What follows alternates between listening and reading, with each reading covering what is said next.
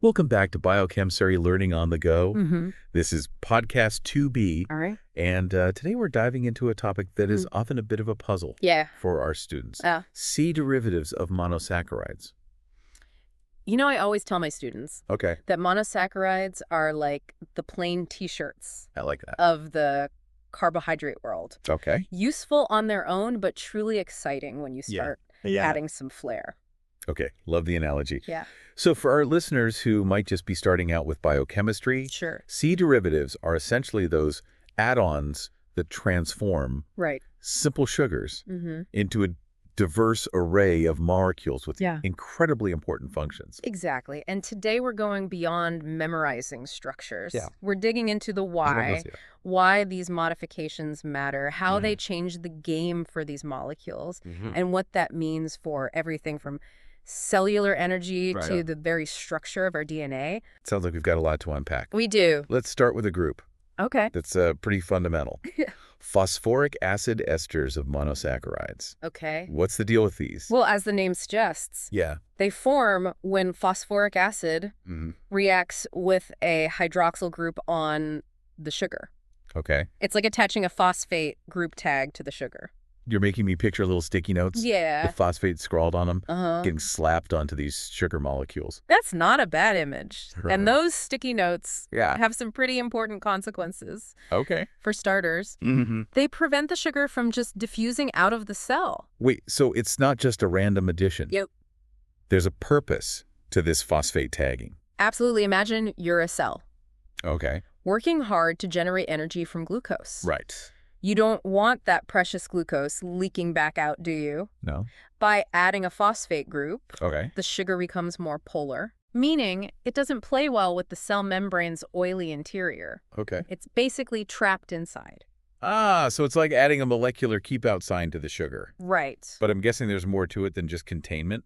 Think about the building blocks of DNA and RNA.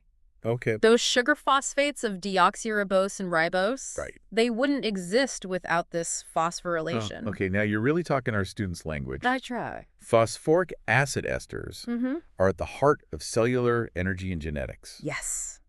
I'm already seeing the light bulbs going off in my lecture hall. Excellent. And that's just the beginning. It is. Ready for another twist? I am. On the monosaccharide theme. Bring it on. Let's talk about amino sugars. Okay. Amino sugars. I'm already intrigued. Good. They're taking sugars and adding amino groups. Right. Which are the building blocks of proteins. Yeah. What kind of hybrid molecule are we creating here? We are essentially swapping out a hydroxyl group on the sugar. For an amino group. Sometimes an acetylated amino group. Right. Glucosamine. Okay. An acetylglucosamine. Yeah. Galactosamine. Yeah. Monosamine. Okay. These are all prime examples. All right. We've got these sugar amino hybrids. But what's the point? What do they actually do?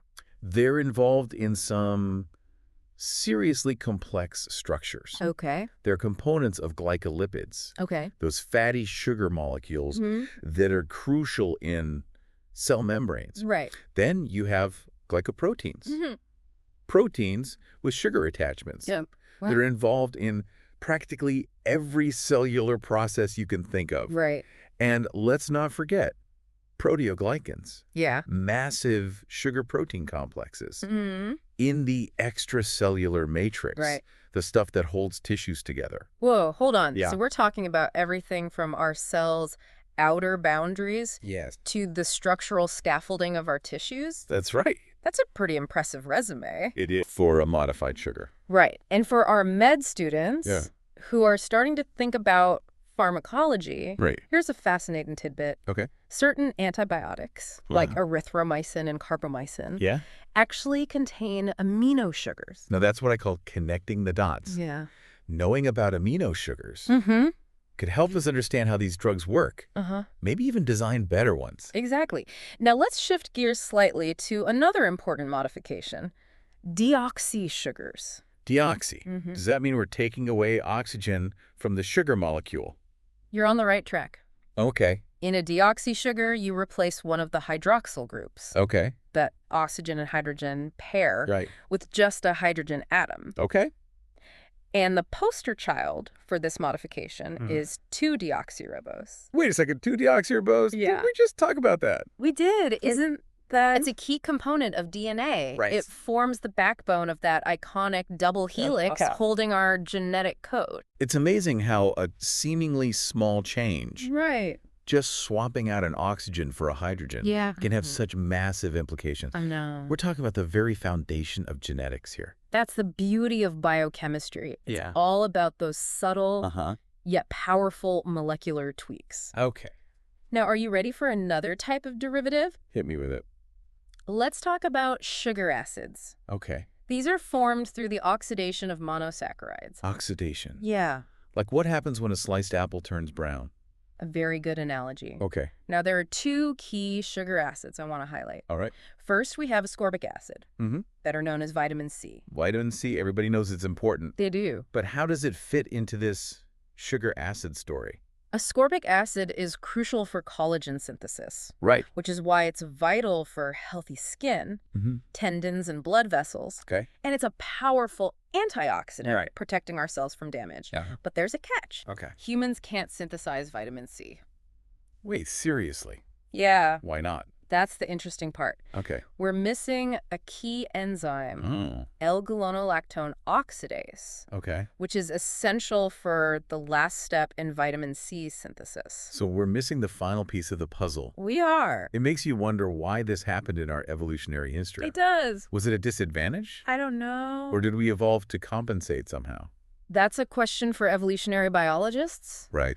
But it certainly emphasizes the importance of getting enough vitamin C from our diet. Makes you appreciate that morning glass of orange juice even more, right? It does. Okay, so we've covered ascorbic acid. Right. What's the other key player in the sugar acid world? The other sugar acid I want to mention is glucuronic acid, okay, also known as uronic acid. Right. This one plays a significant role in detoxification processes, Okay. helping our bodies get rid of waste products. So we've got sugar acids involved in everything, from keeping our tissues strong to clearing out toxins. Yeah. It's amazing how these modified sugars are so essential for our health. It really is. And speaking of health, let's move on to a group of derivatives that are particularly relevant for folks with certain dietary needs. Sugar alcohols. Sugar alcohol. I've definitely seen those on food labels. Yeah. They're in sugar-free foods, right? That's right. Sugar alcohols are formed when the aldehyde or ketone group of a sugar is reduced to an alcohol group. Okay. The interesting thing is they're not as metabolically active as regular sugars. Meaning our bodies don't break them down for energy as easily? That's right. Is that why they're often used in sugar-free products? Exactly. They don't cause the same spikes in blood sugar. Right. Which is why they've become popular sweeteners. Okay. Especially for individuals with diabetes. Yeah. Sorbitol and xylitol are probably the most common examples you'll see.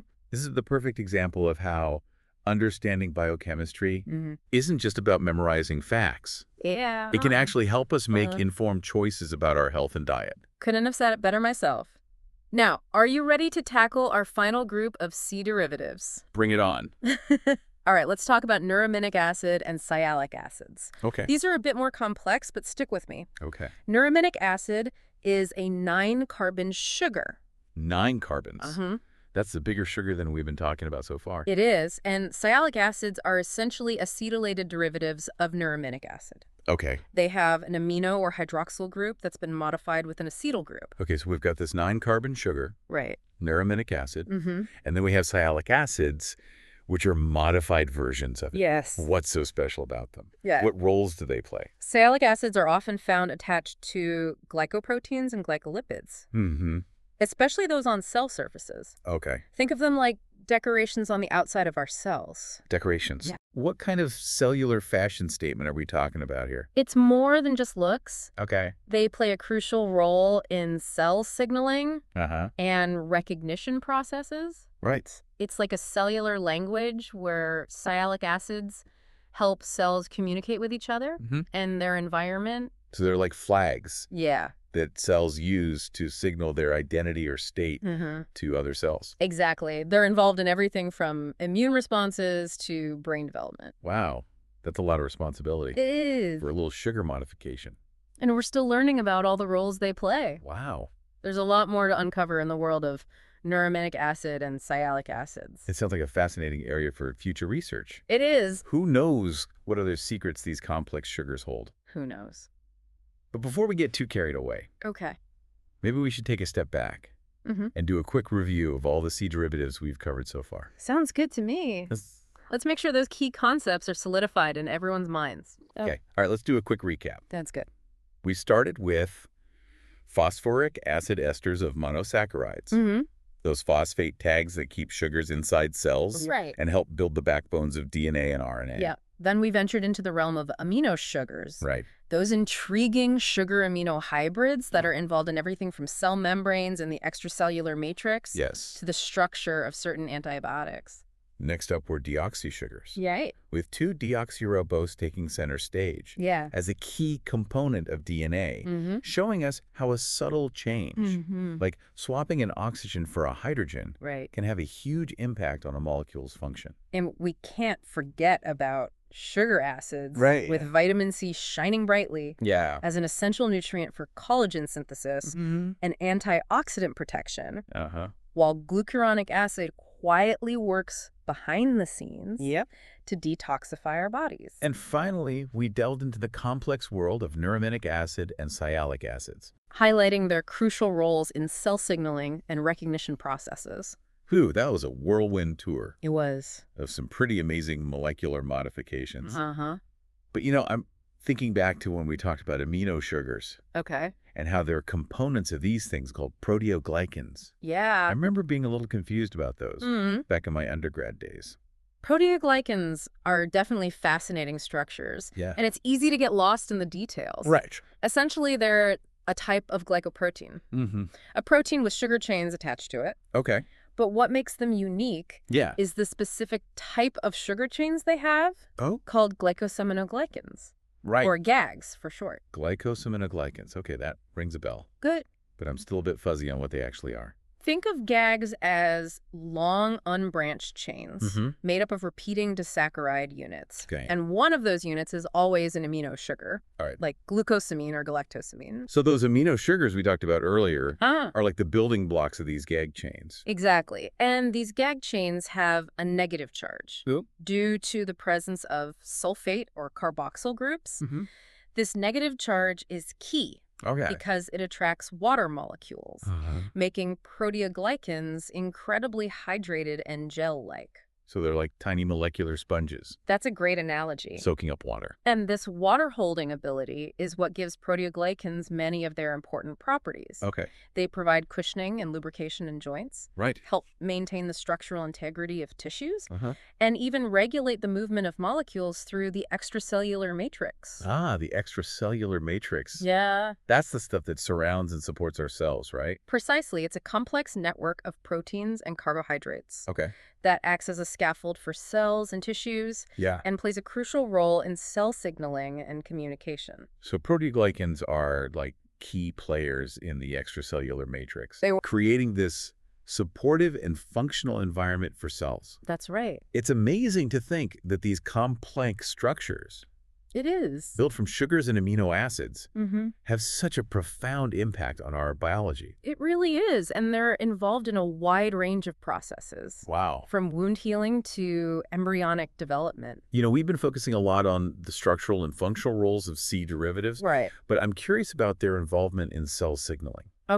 We touched on sialic acids earlier, but are there other examples of how these modified sugars contribute to cellular communication? Absolutely. A fascinating example is the role of sugar modifications in the ABO blood group system. Wait, blood types are related to sugar modification? They are. I had no idea.